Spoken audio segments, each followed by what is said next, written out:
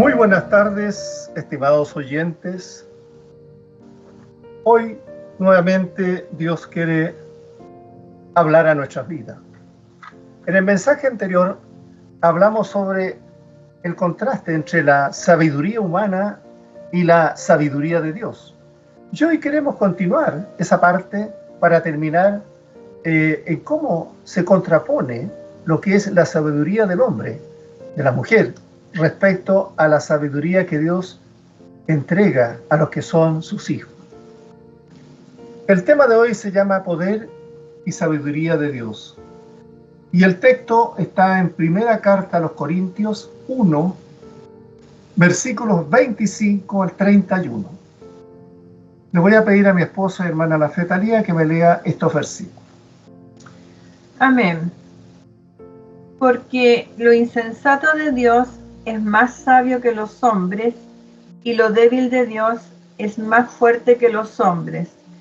Pues mirad, hermanos, vuestra vocación, que no sois muchos sabios según la carne, ni muchos poderosos, ni muchos nobles, sino que lo necio del mundo escogió Dios para avergonzar a los sabios, y lo débil del mundo escogió Dios para avergonzar a los fuertes. Y lo vil del mundo y lo menospreciado escogió Dios, y lo que no es, para deshacer lo que es, a fin de que nadie se jacte en su presencia. Mas por él estáis vosotros en Cristo Jesús, el cual nos ha sido hecho por Dios sabiduría, justificación, santificación y redención, para que, como está escrito, el que se gloría, gloríese en el Señor. Amén. Amén. A manera de introducción, tenemos que recordar que la iglesia de Corintio se hallaba viviendo momentos de gran confusión. Por lo que Pablo escribe esta carta, esta primera carta, para responder a un informe de la gente de Cloé sobre los problemas existentes en esta iglesia de Corintio. Ahí en primera 1:11. En esta carta Pablo se dirige a estos problemas por medio de una enseñanza apostólica. Razón por la cual Pablo vuelve su atención, decíamos, a la cruz de Cristo. Porque con la cruz surgen preguntas tanto para judíos como también para griegos, es decir, los gentiles, los no judíos. La cruz de Cristo parecía una tontería, tanto para los judíos, que esperaban un Mesías fuerte y poderoso, como también para los griegos, que ponían mucho valor en la sabiduría humana. Para los judíos, decíamos, la cruz reflejaba debilidad, no fortaleza. Para los griegos, la cruz parecía sin sentido, algo que no representaba la sabiduría. En la ciudad de Corintio, así como en muchas otras ciudades de aquella época, el énfasis recaía en la filosofía humana. Igualmente señalamos que la cruz separaba a los salvos de los incrédulos, pero no separa a los que son salvos entre sí, ya que la cruz es causa de unidad en la iglesia de Cristo. Y Pablo dividía a la humanidad en dos grupos étnicos, dijimos en ese entonces, judíos y griegos, o no judíos. Los judíos, bien decíamos, representaban a la religión. Ellos tenían una religión dada por Dios. Ellos pensaban que tenían la verdad. Y en lo que se refería al Antiguo Testamento, tenían razón. Pero todo llegó a ser para ellos solamente un rito y nada más. Especialmente lo vemos en el tiempo de Jesús. Ellos se habían apartado de las Sagradas Escrituras y habían seguido la tradición, que era su interpretación de las Escrituras, su interpretación personal. Y les explicó lo siguiente, cuando pidieron señal: así como Jonás estuvo en el vientre del gran pez 3 días y 3 noches, así estará, dijo Jesús, el Hijo del Hombre en el corazón de la tierra 3 días y 3 noches. Las palabras las podemos perfectamente leer en el Evangelio de Mateo. Así que la señal de Jonás era la resurrección de nuestro Señor. Asimismo, también dijimos en el anterior mensaje que el otro grupo estaba formado por los griegos, es decir, los no judíos.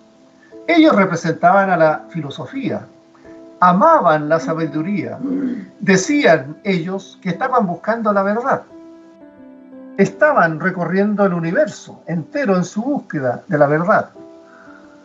Ellos eran racionalistas. Así como los judíos terminaron en su ritual, los no judíos o griegos acabaron convirtiéndose en racionalistas y se tenían que ajustar entonces a las normas de la razón. El ser humano se encuentra aún buscando alguna teoría, hasta el día de hoy, alguna fórmula adecuada para explicar o enfrentarse a los días actuales, a los problemas que tenemos. Y piensa que por medio de la ciencia hallará alguna de las respuestas a las interrogantes de la vida. La pregunta que nace entonces, ¿ha logrado acaso el hombre obtener esa respuesta? Hay serias dudas en cuanto a ello. Así que, estimados oyentes, el hombre de hoy cree que él tiene la respuesta. Y este es parte de la pregunta del versículo 20. ¿Dónde está el sabio? Hace la pregunta ahí, ¿cierto? Que escribe en el versículo 20 el apóstol. ¿Qué es una buena pregunta que debemos hacernos siempre? Porque la sabiduría de este mundo ha sido convertida por Dios en una realidad falta de sentido. Pero Pablo nos presentó también en el versículo 24, todavía estamos en la introducción, una clase diferente de personas que provienen tanto de los judíos como de los no judíos.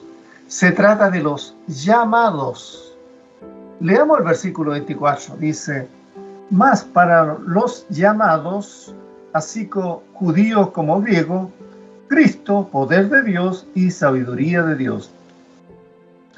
Estos son los que no solo han escuchado, y ahí nos incluimos nosotros, la invitación de Dios, sino que también hemos respondido a ella y que han hallado en la cruz, porque nosotros hemos hallado en la cruz la sabiduría y el poder de Dios que ha transformado nuestras vidas y nos ha convertido en hombres y mujeres nuevos. El Señor Jesús, bien sabemos, formó 11 hombres y luego llamó a Saulo de Tarso y después los envió a cumplir su misión.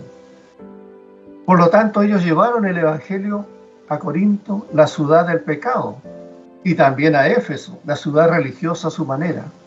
Y por más de 2000 años, los mensajeros del Evangelio hemos estado recorriendo el mundo y constituye la única ayuda y la única esperanza que tiene la humanidad. Es costumbre también de algunos hablar de los grandes personajes de este mundo que han aceptado a Cristo. Artistas, líderes importantes en la sociedad o personas influyentes en el gobierno. Pero lo importante, estimados, escuchen, lo importante es que Dios está llamando a las multitudes, a la gente común, como lo somos usted y yo. Dios está haciendo hoy ese llamado. Así que estudiemos ahora los versículos del 25 al 31. Dice en el versículo 25: porque lo insensato de Dios es más sabio que los hombres, y lo débil de Dios es más fuerte que los hombres.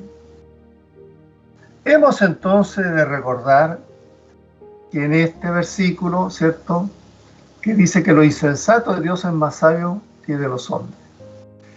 El que lee este versículo comprenderá que no hay nada de insensato ni débil en Dios, por ser Dios fuerte y el origen de toda sabiduría y fuerza. ¿Qué somos nosotros? Nada más que seres humanos, seres caídos. Es el Dios creador en el cual se halla toda potencia y sabiduría. Y si eres sabio, entonces tú que me escuchas, ajustarás tus normas humanas a las de Dios, y no esperarás que Dios rebaje sus normas a la altura de las tuyas. Gracias damos a nuestro Dios por los que son llamados, que siendo sabios sencillos en cuanto a la ciencia humana, se han hecho niños, como lo hicimos nosotros, con el fin de recibir la revelación de Dios. Por eso en Mateo 11:25 el Evangelio dice: en aquel tiempo, respondiendo Jesús dijo: Te alabo, Padre, Señor del cielo y de la tierra, porque escondiste estas cosas de los sabios y de los entendidos y las revelaste a los niños. La cruz, bien sabemos, es sabia y fuerte por ser iniciativa de Dios. Dios es sabio y fuerte, es omnipotente. Entonces cualquier iniciativa que viene de la voluntad de Dios viene con sabiduría y tiene gran efecto en nosotros. Esto nos puede decir que las intrigas humanas que provienen de nuestro entendimiento limitado y a menudo, ¿cierto?, estas artimañas nuestras no tienen ningún propósito, porque nacen solamente de la mente limitada del hombre. Pero a muchos es difícil que puedan apreciar este límite mental, ya que muchos han invertido tanto tiempo en su sabiduría secular que les impide dejar que su corazón pueda confiar en el plan de salvación que Dios les ofrece. Dice ahora el versículo 26: Pues mirad, hermanos, vuestra vocación, que no sois muchos sabios según la carne, ni muchos poderosos, ni muchos nobles. Una parte importante de la herencia judía y cristiana es la llamada de personas como Abraham, Isaac, Jacob, Moisés. Pero con la sola mención de estas personas, ¿cierto?, históricas, que estaban cubiertas de grandeza, muchas veces hace que las personas comunes como tú y yo no podamos imaginar que tengamos algo en común con estas grandes figuras que hemos nombrado. Lo común que tenemos con Jacob, Isaac, Moisés, Abraham, es que hemos sido llamados. Y también estamos en ese grupo. Hemos sido llamados por Dios. Pero Pablo ha demostrado que Dios también llama a personas comunes y corrientes, como lo que hemos leído en el versículo 24. Ahora entonces les dice a estos cristianos corintios, quienes han hecho un papel pésimo en la representación de su fe, que Dios también los llama a ellos, a pesar de su conducta. Pablo, como un hombre sumamente educado y como apóstol, claramente es superior a ellos en todo sentido, pero se dirige a los cristianos de Corintio como hermanos y hermanas. Aunque los cristianos corintios reconocen la autoridad de Pablo como apóstol y aprecian su papel como fundador de la iglesia en Corintio, también ellos necesitan entender que son hermanos y hermanas cristianos de Pablo y no son súbditos de nadie, solo de Dios. Ahí en el 26b leíamos que no soy muchos sabios según la carne, ni poderosos muchos nobles. Pablo les dice que Dios llamó a estos cristianos corintios por su origen y estatus humilde. Dios a ellos no los llamó porque eran sabios, fuertes o nobles. Dios no necesita o no necesitaba que ellos fueran sabios, lo mismo que nosotros, ni poderosos, porque Dios es el sabio y Él es el poderoso. Dios lo que ha pedido es que se unan a Él para hacerles sabios, poderosos y nobles por medio de su relación con Él. Y eso es lo que también hemos encontrado nosotros hoy. Versículo 27. Sino que lo necio del mundo escogió Dios para avergonzar a los sabios, y lo débil del mundo escogió Dios para avergonzar lo fuerte. Dios no necesita que estos cristianos de Corintios sean sabios, ni poderosos, ni miembros de la nobleza. Los escogió a ellos porque no eran ninguna cosa. Si hubieran estado entre los brillantes y talentosos de la época, de ese mundo, de ese tiempo, la gente en general les hubiera creído a ellos y no hubiera dado la gloria ni reconocido que la mano de Dios había estado obrando en sus vidas. He aquí una metáfora. El maestro que todos lo conocemos, Albert Einstein, no recibiría mucho crédito porque la gente vería que Einstein era brillante, ¿cierto? Y pensaría que no necesitó mucha instrucción. De manera parecida, si Dios hubiera llamado primero a los brillantes y talentosos de la época, la gente se habría distraído en la brillantez y talento de ellos, y por lo tanto no habrían visto la mano de Dios obrando en las vidas de estas personas simples y humildes que eran los llamados de Corintios. ¿Se dan cuenta?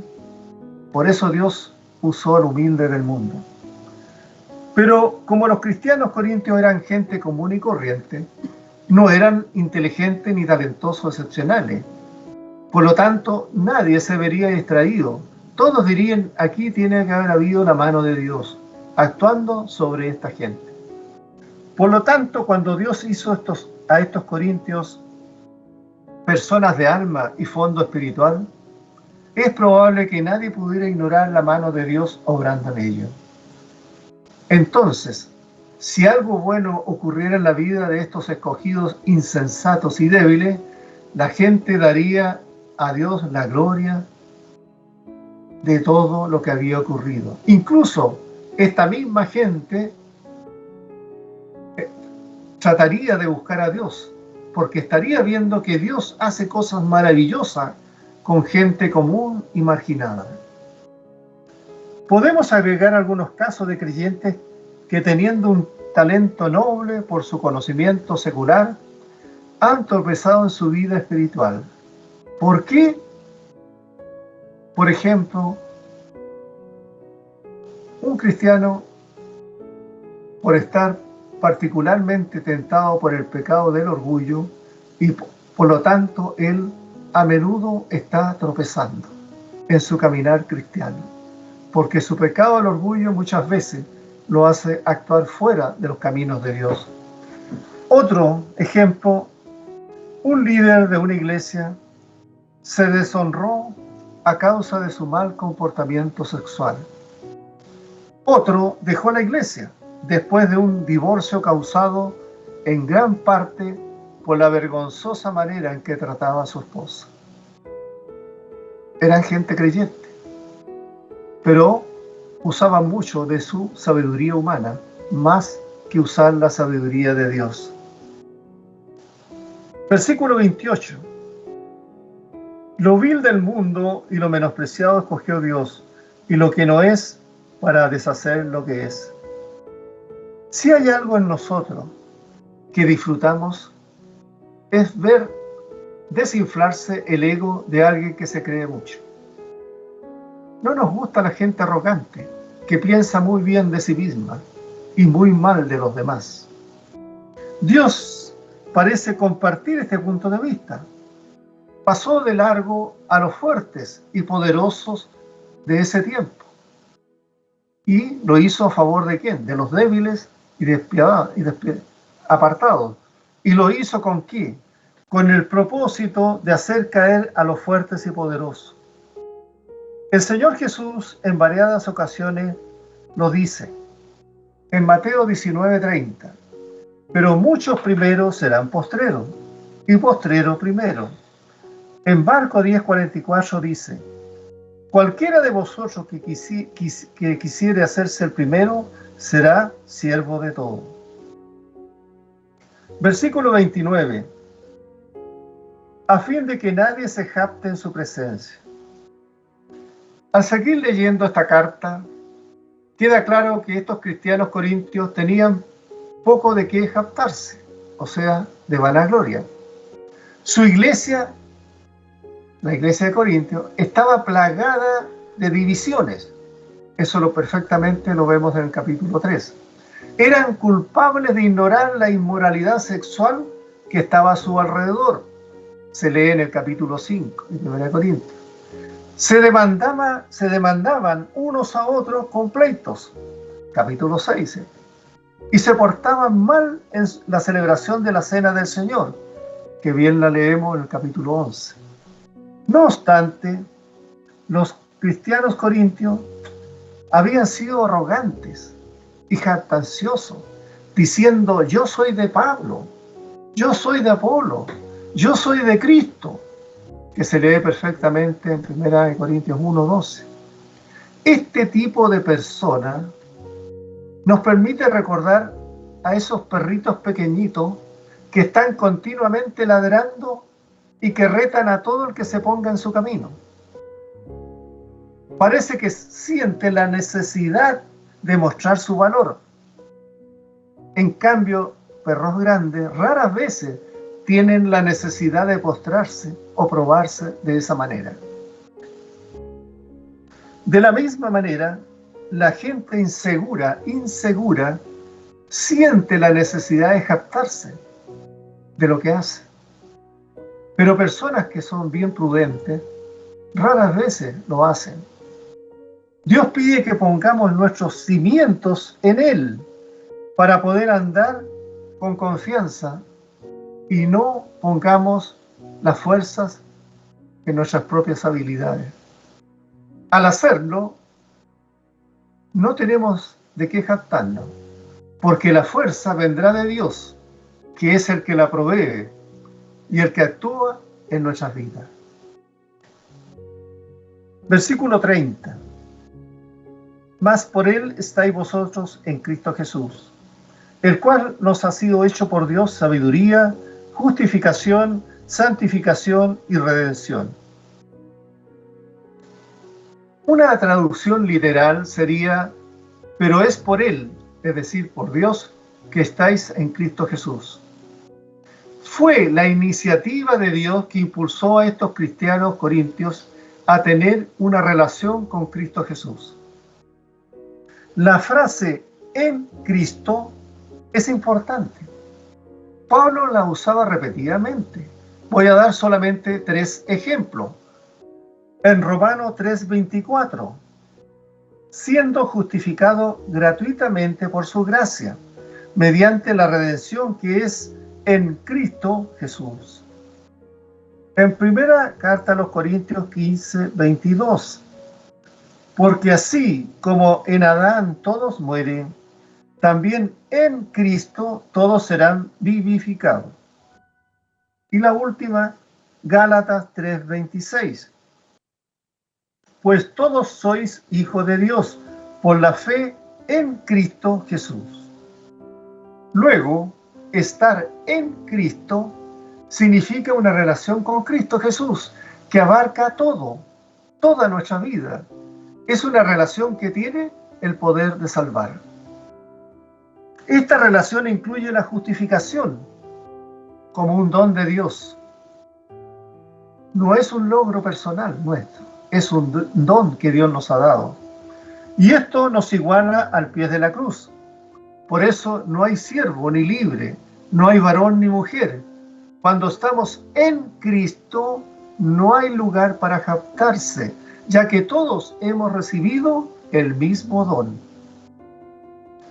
Es extraordinaria la riqueza doctrinal del versículo 30, que define la sabiduría divina en relación con los creyentes, quienes surgen o nacen de Dios y se hayan bendecido plenamente en Cristo, que es lo que pasó con nosotros.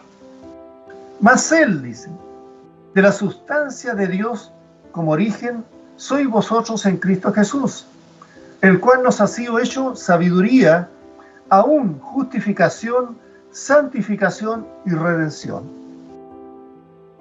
Así que la primera frase del versículo 30 mas por él estáis vosotros en Cristo, nos recuerda que surgimos como nuevas criaturas de la misma sustancia de Dios, según el sagrado ministerio de la nueva familia de Dios, cuyo origen se describe en términos análogos en Juan 1, 12 y 13. Mas todos los que le recibieron, a los que creen en su nombre, les dio potestad de ser hechos hijos de Dios, los cuales no son engendrados de sangre, ni de voluntad de carne, ni de voluntad de varón, sino de Dios.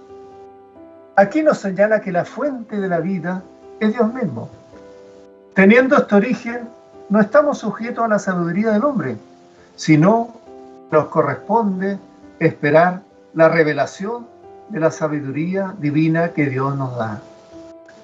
Si bien nuestro origen se halla en Dios, nuestra posición actual se encuentra en Cristo Jesús, en quien fuimos escogidos antes de la fundación del mundo. Ahí también en el versículo 30b dice, el cual nos ha sido hecha por Dios sabiduría. Los filósofos se afanan de buscar la sabiduría mediante esfuerzos personales. En el régimen de la gracia, es Dios mismo quien toma la iniciativa de tal forma que su Hijo Cristo Jesús nos ha sido hecho sabiduría a nosotros. No es algo que hemos alcanzado por nuestros esfuerzos personales, sino es un don del cielo que nos ha sido otorgado. Toda la sabiduría de Dios está en Cristo, de modo que teniendo a Cristo en nuestras vidas, la sabiduría divina ha llegado a ser nuestra. Por lo que podemos pensar en tres manifestaciones de la sabiduría que ya hemos recibido. O sea, hemos recibido justificación, santificación y redención. Cristo nos ha sido hecho sabiduría, y de ese hecho brotan tres grandes ramas de la salvación. El Evangelio de Juan, acuérdense, empieza con estas palabras, Juan 1:1.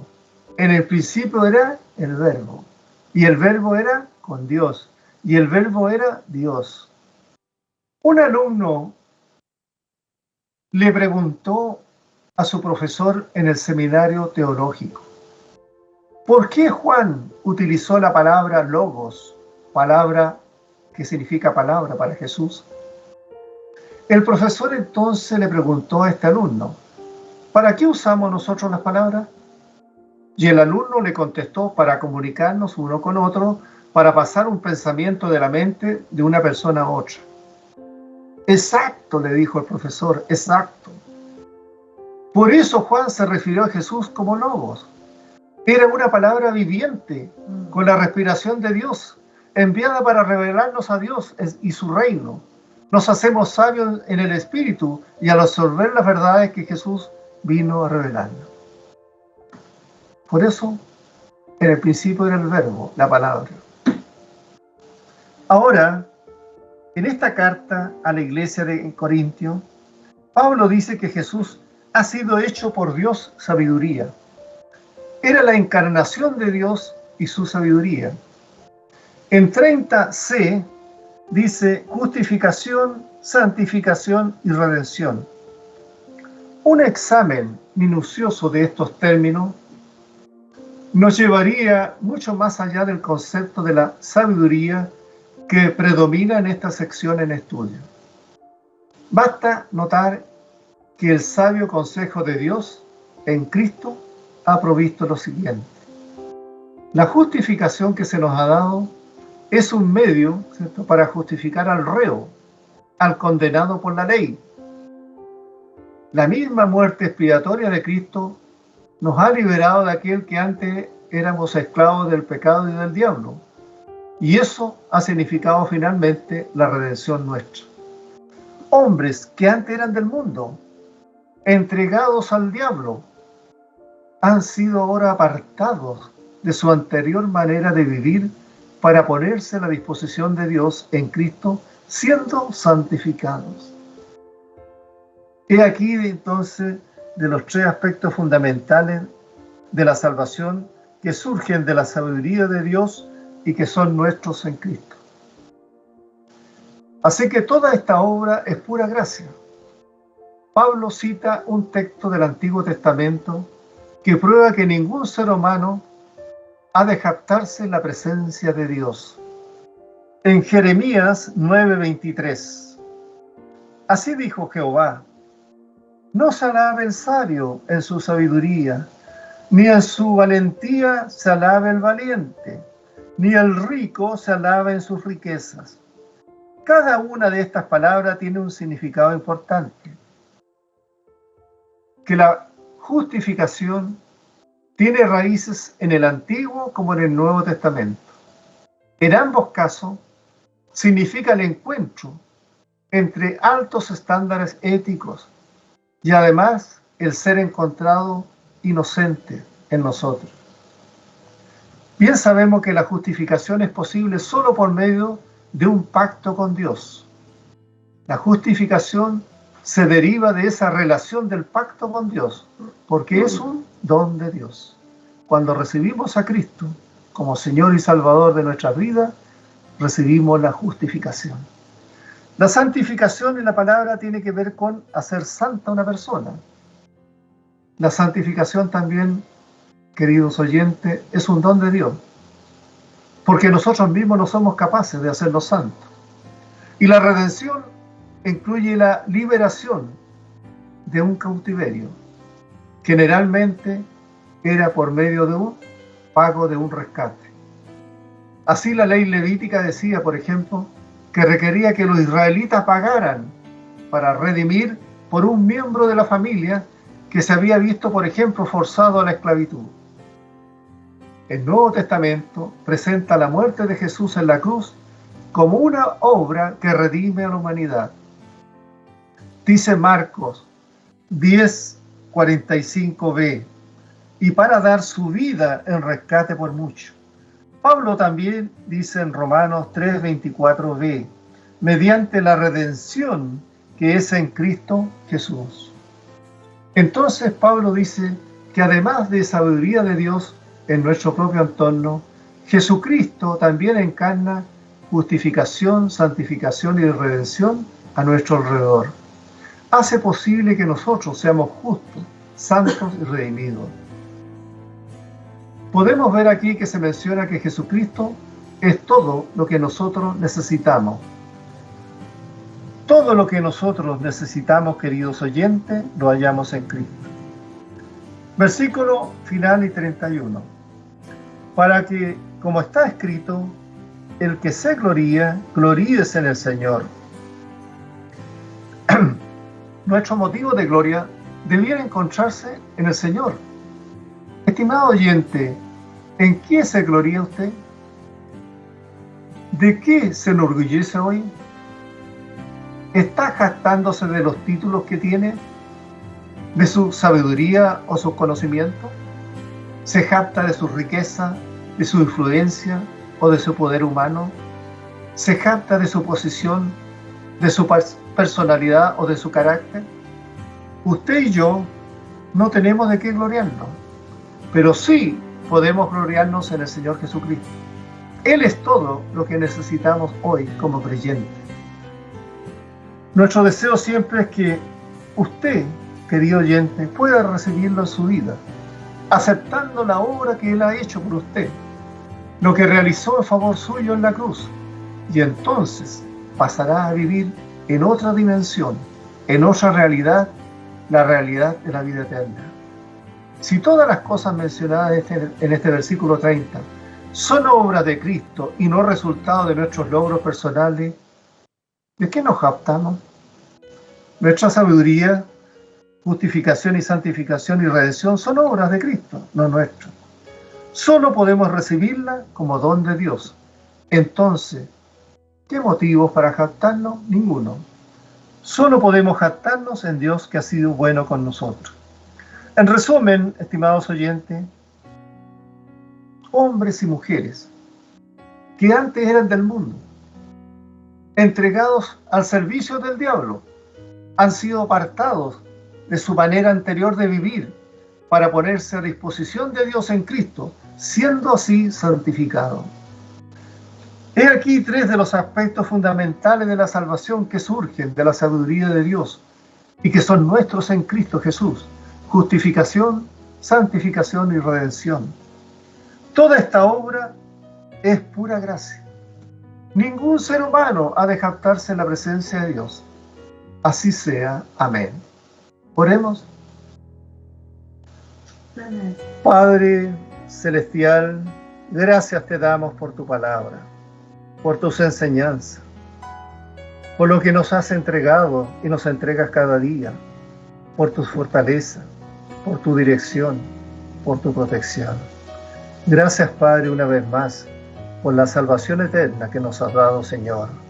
Y oramos también por aquellos que la necesitan y quizás alguno haya sido tocado en su corazón, para que haga una oración y te reciba como Señor y Salvador de su vida.